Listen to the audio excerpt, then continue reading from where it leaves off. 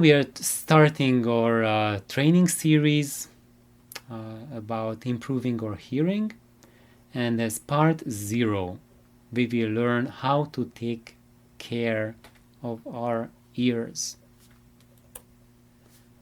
So when you think about it, hearing is actually a chemical process. When there are sound waves coming in, your auditory system translates the sound pressure into electric signals.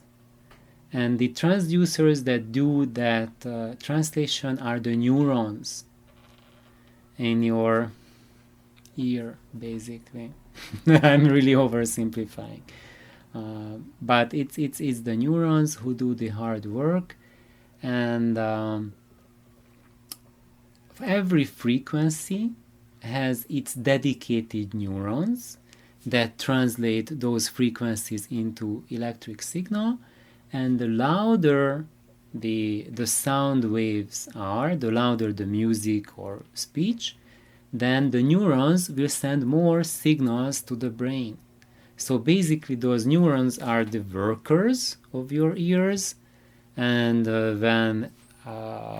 when the sound becomes louder, then the workload of these neurons becomes heavier. And the thing is that if you subject your ears to really loud sound, then you are overworking your neurons, which means that they just have to do too much translation into electric signals. So they are basically miniature power plants creating miniature electric impulses through cables, which are the neurons. Their axons are like miniature power lines, and the neurons are the miniature power plants, and sending it to other neurons which are further down in your brain, and those are processing the information.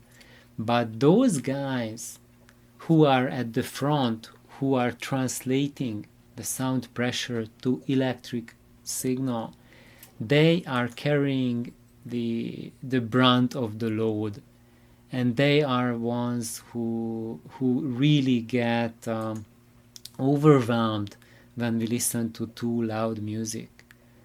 And I have to tell you that when you listen to too loud music, the sound pressure itself does not harm the ear.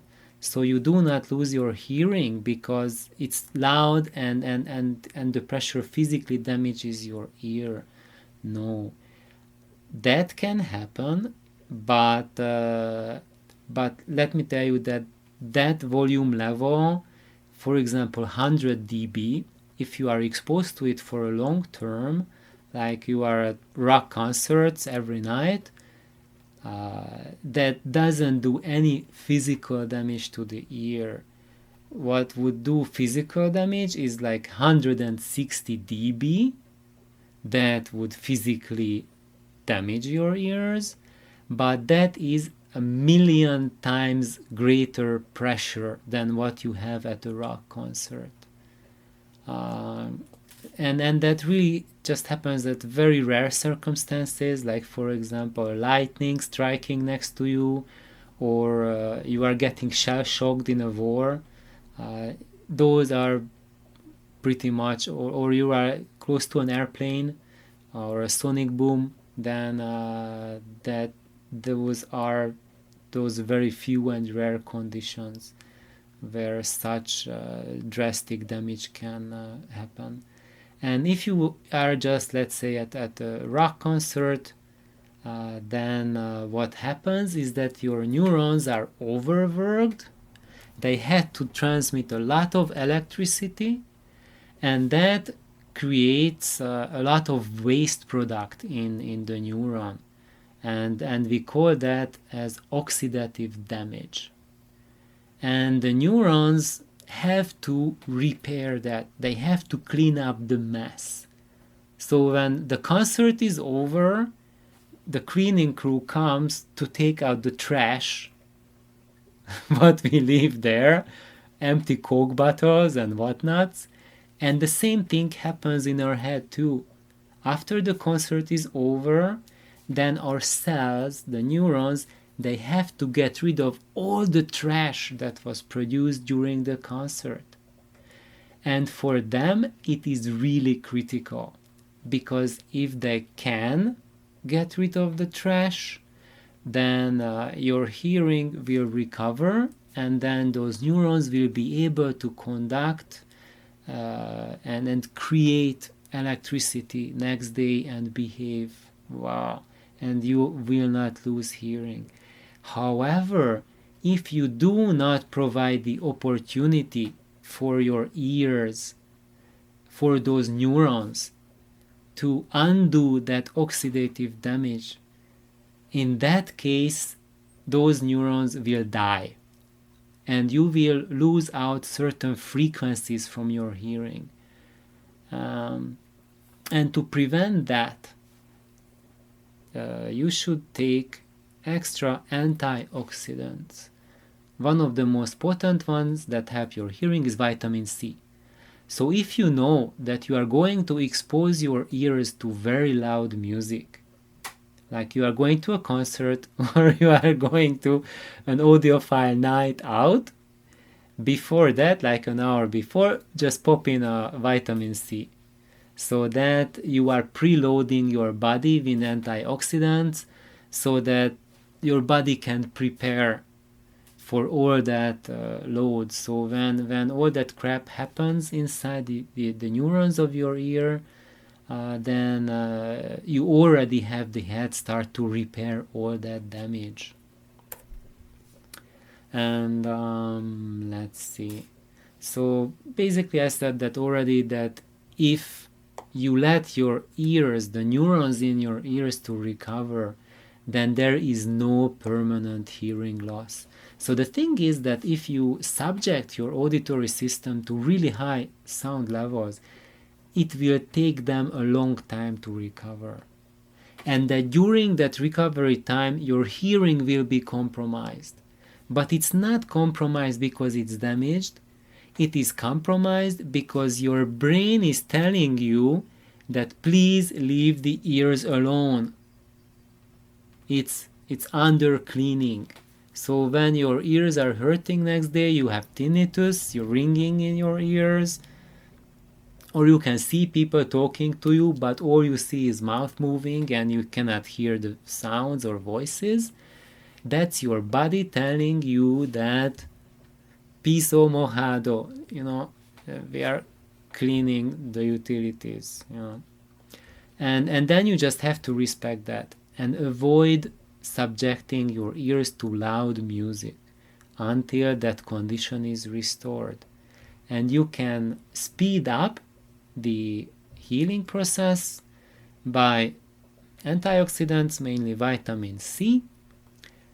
Drink a lot of water, because somehow you have to get that vitamin C to your ears, and sleep a lot, because that's when body recovers, is when you are sleeping. And if you allow this for your ears, then the ears will be happy, will recover. Even if you go like once a month to a rock concert, if you take good care of your ears afterwards, then your hearing will be still fine. But if you do not allow your ears to recover, then the neurons will be overstressed and eventually they will die, and you will lose your hearing. And the way you lose your hearing is that you will start to lose those frequencies to which you subjected your ear the most. So for example, you go to a jazz night and there's a saxophone player and he is getting out a lot of notes which are between 15 kilohertz and 17 kilohertz, and you do that every night. Maybe you are the guitarist and you are standing next to the sax player and he's blowing his sax into your left ear. Then after a couple weeks of gigs like that, you will notice that on your left ear you can't hear anything between 15 and 17 kilohertz. But before this happens, in the first couple nights or days, you will start to notice that your ear has ringing between 15 and 17 kilohertz.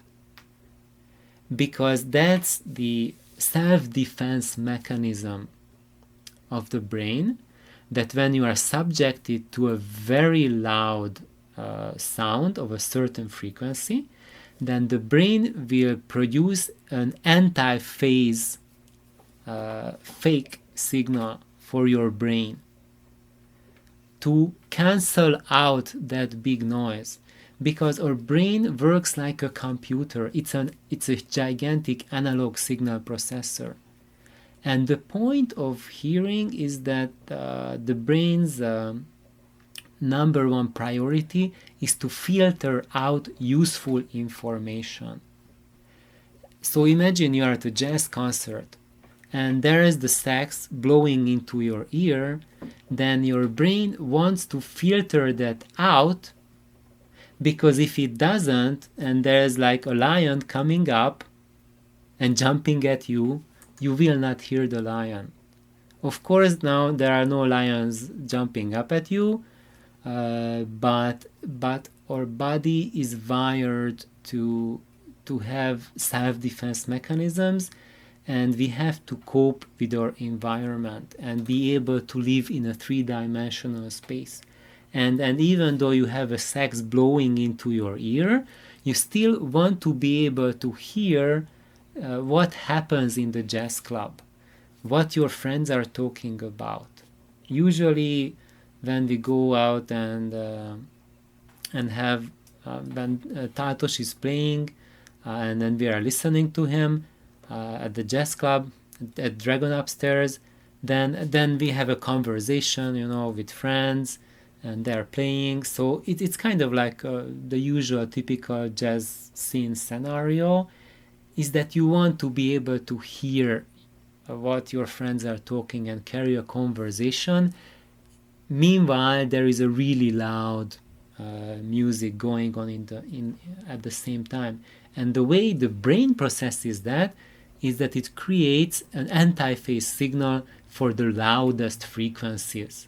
So it's kind of like it takes out the loudest part, so we can process whatever key information is there. And if you have certain frequencies overloading your auditory system, then next day and maybe even for a longer term, it will stay with you as tinnitus. So your ears will be ringing. And just as an interesting bit, today a lot of people have ear ringing problems, and a lot of the ear ringing is actually because air conditioning. So many of us work in buildings which have air conditioning, and air conditioning units are really loud. And we do not notice them because our brain learns to shut out the noise of the ACs. And believe it or not, the AC noise, even though when you are in the building, it doesn't seem too loud, but they have really loud, like 15 kilohertz plus component, 10 kilohertz, 2 kilohertz, and then really a wide range. Once I mapped out like at least 20 different frequencies that I can hear at my office where I am. And I use that as an experiment. So I identified by myself, and because I couldn't sleep at night because my ear was ringing so much. And I just did as an experiment, just checking out what are the different frequencies I'm hearing. I wrote them down. And then I had the idea that at my workplace, I get my earphones and I get a signal generator app on the phone, dial in those frequencies, and bingo, all of those frequencies which are identified as tinnitus, that didn't let me sleep, those were part of the AC spectrum. So number one tip is wear ear protection. So if you work in an air-conditioned building and you notice that the AC is bothering you, even slightly, then don't be too squeamish about it. Get ear protection. So where is my ear protection? It's right here. So I got the Sennheiser closed earphones, and I bought them 2 years ago because my ears were ringing so bad I couldn't sleep. And I noticed that it's really badly impacted my listening sessions as well. And since I started wearing them at work, maybe it looks a little bit silly at first, but I explained to people what I'm doing, and guess what? Within a few months, every second person was wearing noise cancellation and isolation headphones. And everyone's quality of life at my workplace went up quite a bit. So do not be shy about that. Isolate the noises that you have in your life. And even if the noises are not too loud, but if you are exposed to them over hours and hours and hours, they have a big impact on your hearing system. So for example, if you go to a rock concert and then next day to go to work and your ears have to deal with the noise from the AC whole day, then they will not be able to recover. So basically that's I already jumped forward to this time, is that noise exposure and recovery time are really correlated, and then the quality of the recovery is really impacted if it's not quiet. So when you sleep, if at night it's really noisy, maybe your neighbor is blasting the TV or kids crying or there are loud cars on the street, then get earplugs or something, and then take care of your ears, because if there's too much noise subjected to your ears during your sleep, then one, your ears are not recovering, and two, your sleep quality is really down.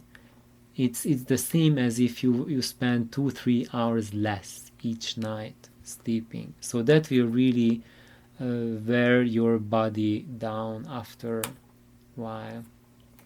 So now this is the exposure limits, the official ones that are set by NIH in the US.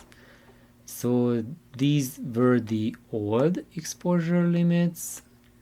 So basically, if you subject your ears to 100 dB sound pressure, if you are listening to that level, and nowadays people are talking about, oh, my system can go to 120 dB, and I have to confess that I'm guilty of that, because I've been telling you guys that my Altec speakers, they can go to 120 dB, but it doesn't mean I listen to them at 120 dB. No, you should not. I never ever try to go anywhere close to the limit that they can play at. So whatever, it's just something that gives you headroom, but do not push your listening sessions above 100 dB, and if you do, then there's a 15-minute limit. If you go beyond 15 limits at 100 dB, then you will risk causing permanent hearing damage. And if you push it to, I do not list it here, but if you go higher than that, if you are subjecting your ears to 110 dB, then this time is about 5 minutes, and if it's 120 dB, then less than 1 minute. And then you are risking permanent ear damage.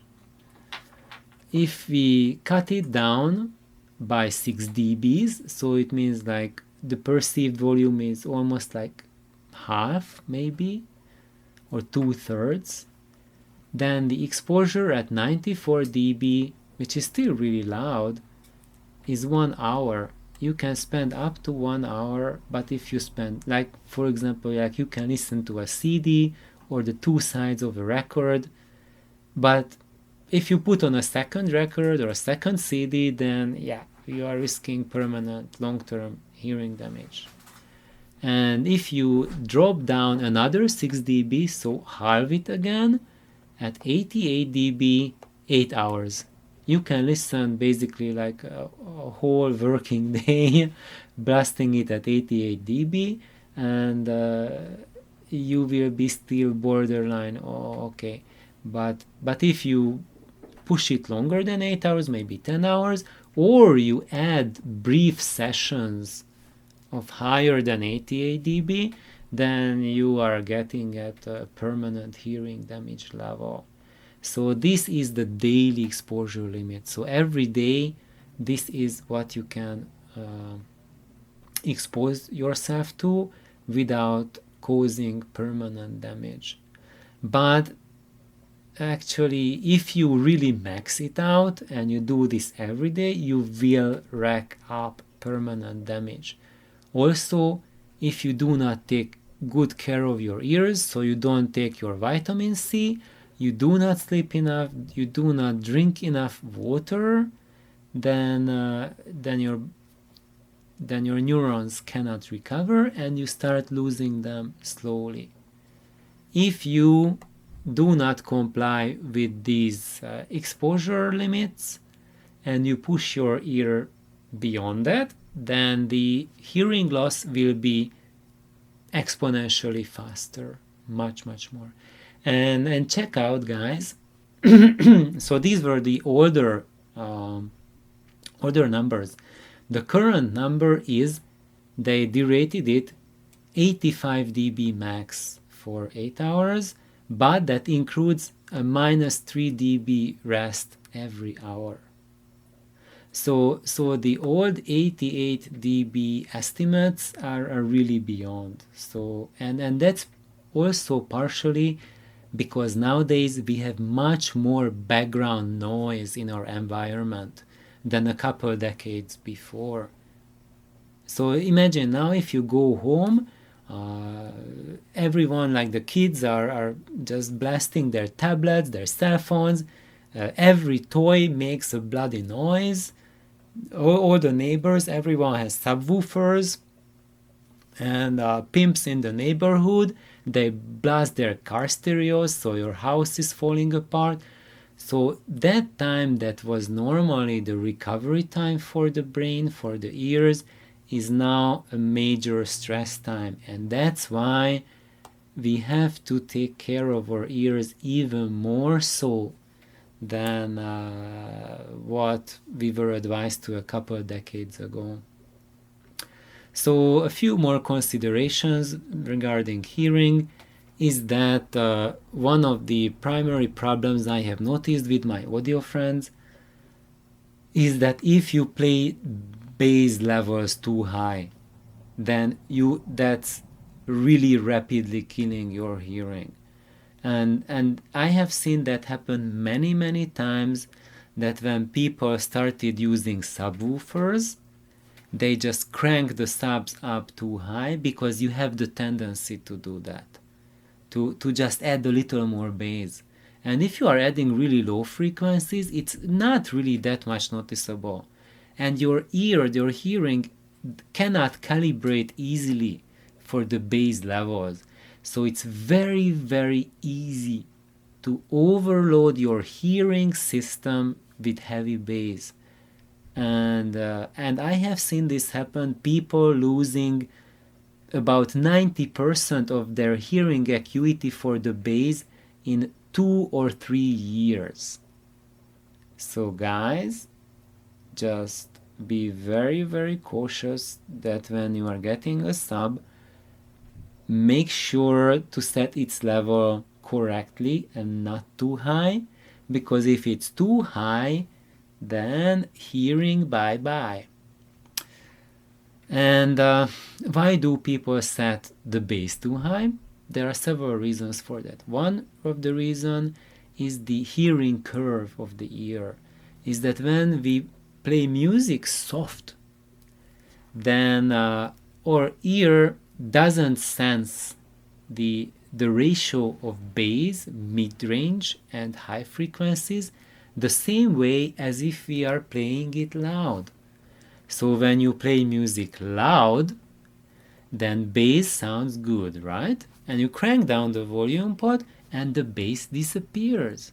What's going on? Actually, when you adjust the volume pot, the entire level of the spectrum moves together. So the mid-range, high, and the low, they rise and fall at the same time. But the problem is that the ear's hearing sensitivity, as you go down, it falls down both at the high and the bass. And to compensate for that, in the old days we had the loudness button. So you push on the loudness button and that bumps up the bass response and the high frequency response, so that at soft volumes you will be still able to listen to hear the bass. But the problem is that people leave that loudness curve on, and when you crank up the volume, actually then the bass and the treble will be like 20, 30, maybe even 40 dB higher than the mid-range. And the ear calibrates the volume based on the mid-range volume. So you set your volume by the mid-range, but then your bass is already off the charts. And you are exposing your ear to insanely high levels of bass that will ruin your hearing. So, and it's a vicious circle, because you cannot hear it anymore, so you have to pump it higher and higher and higher. So that's why when I was on my audio journey, I religiously avoided subwoofers. And part of that is because back like 20 years ago, actually subwoofers were really bad, I have to tell. And I haven't found then a single sub that could match well with the system. And even today, luckily I have kept my hearing intact, and if I hear subs, I have heard one occasion when the sub was set up well. But apart from that, but even then, even with a well set up sub, it just for me ruins the harmonic spectrum of the entire image.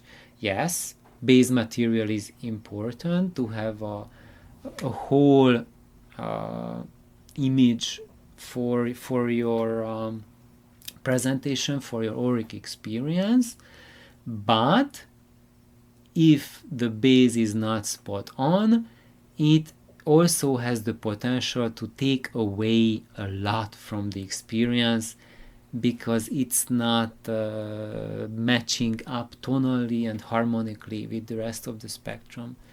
And unfortunately, people do not notice that because they do not train their hearing.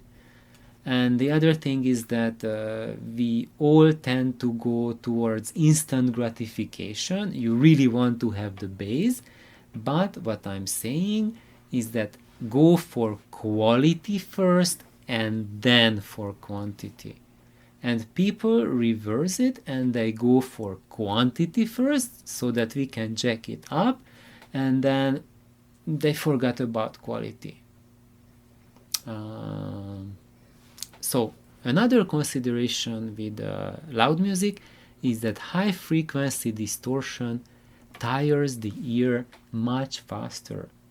So even if you are listening to at a level which should be a safe level, but your amp distorts a lot in the higher frequencies, then that's going to totally drain your ear's capacity at those high frequencies.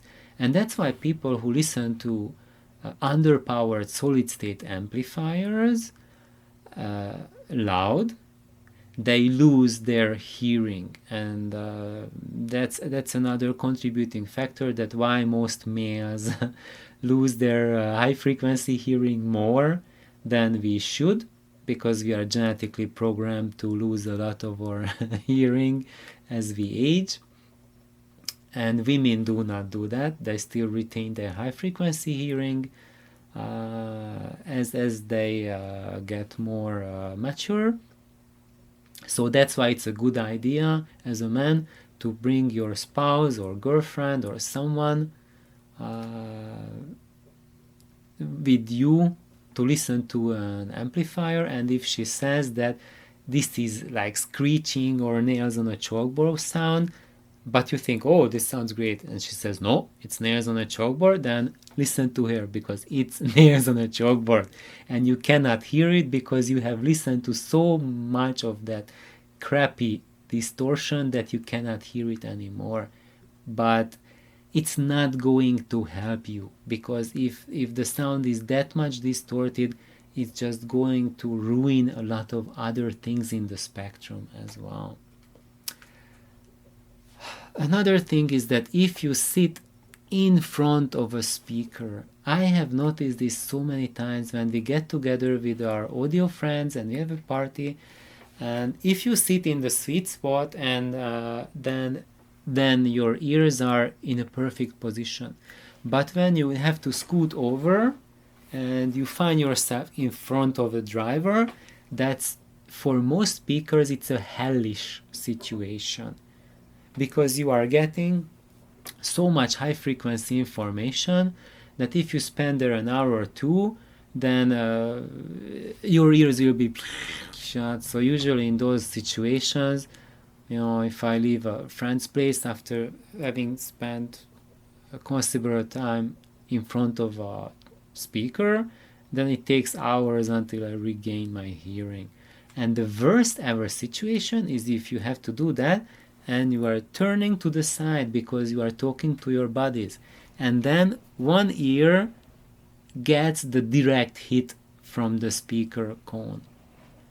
And with that, I had an experience that I had to go to the ER because my ear was hurting so much that I had to get it checked out.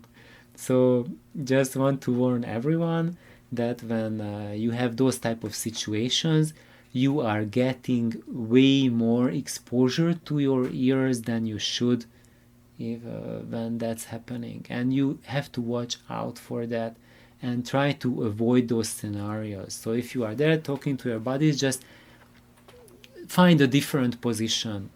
Go and look for a chair which is not at right, so the tweeter is not firing at your ear. So this is my long-term plan for everyone.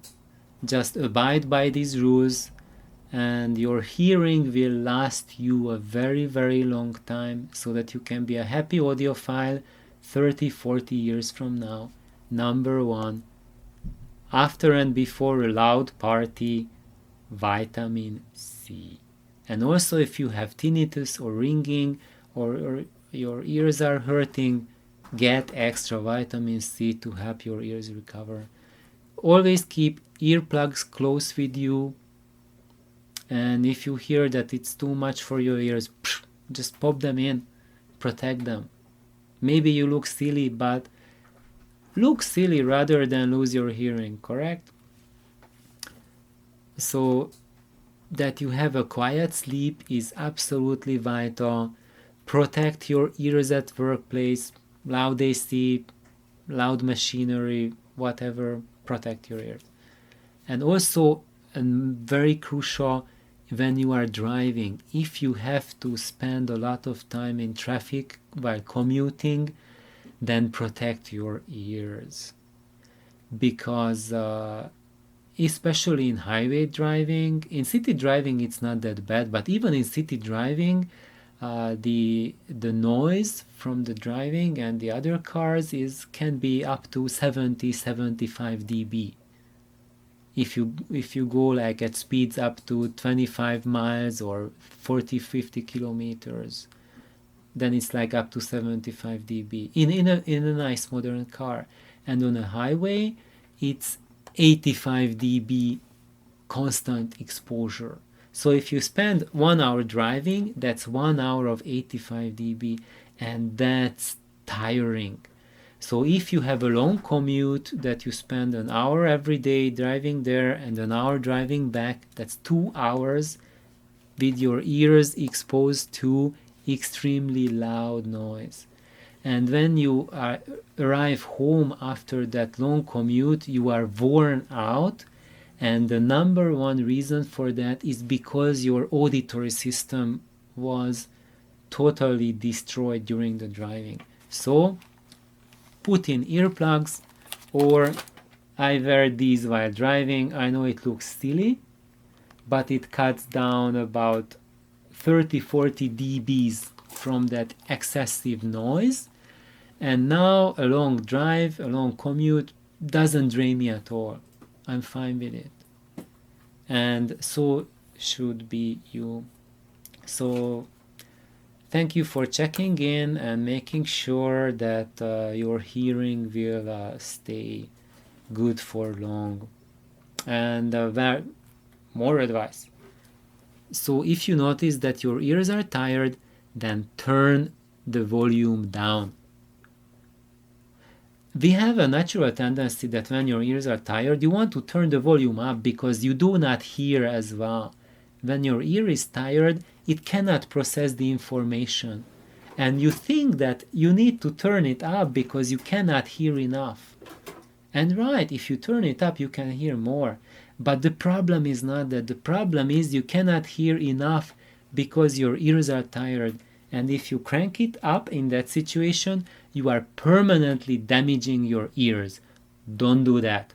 So if you notice that your ears are tired, turn the volume down. It will be very disappointing, very poor sound. You will hear zero detail level, no dynamics, no bass.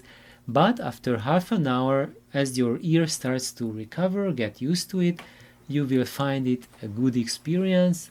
And next day you will be back to enjoy your stereo. Also, get used to quieter and quieter listening. Every day, every week, drop the listening levels a little bit by bit by bit.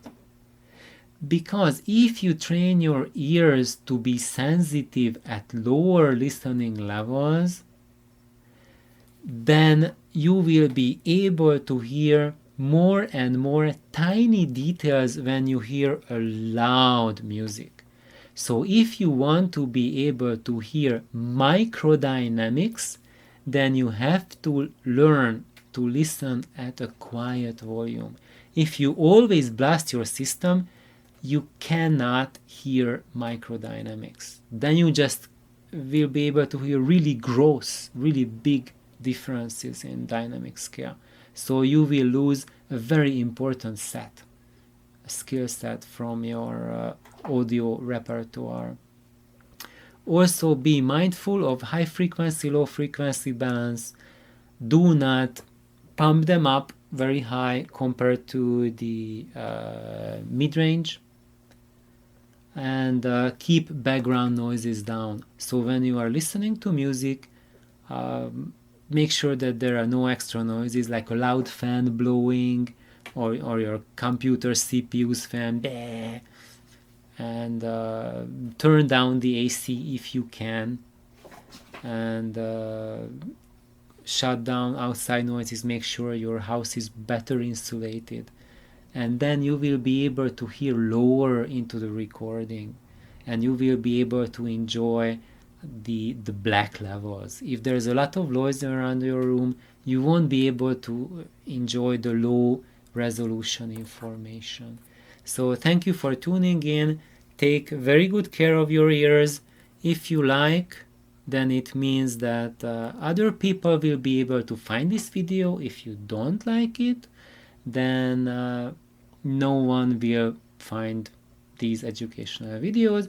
If you hit subscribe, it means that if I put on a new video, then YouTube will offer it for you that you can watch it.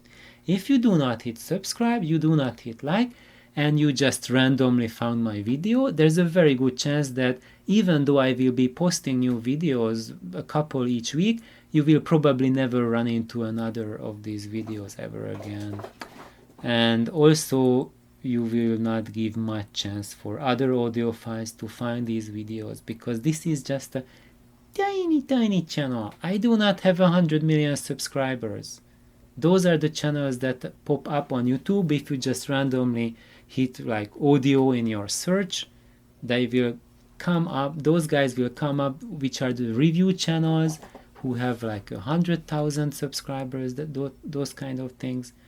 And well, they're really good, but this type of education that I'm offering, it's really almost non-existent on the internet, especially from sources like me who do not have any financial interest.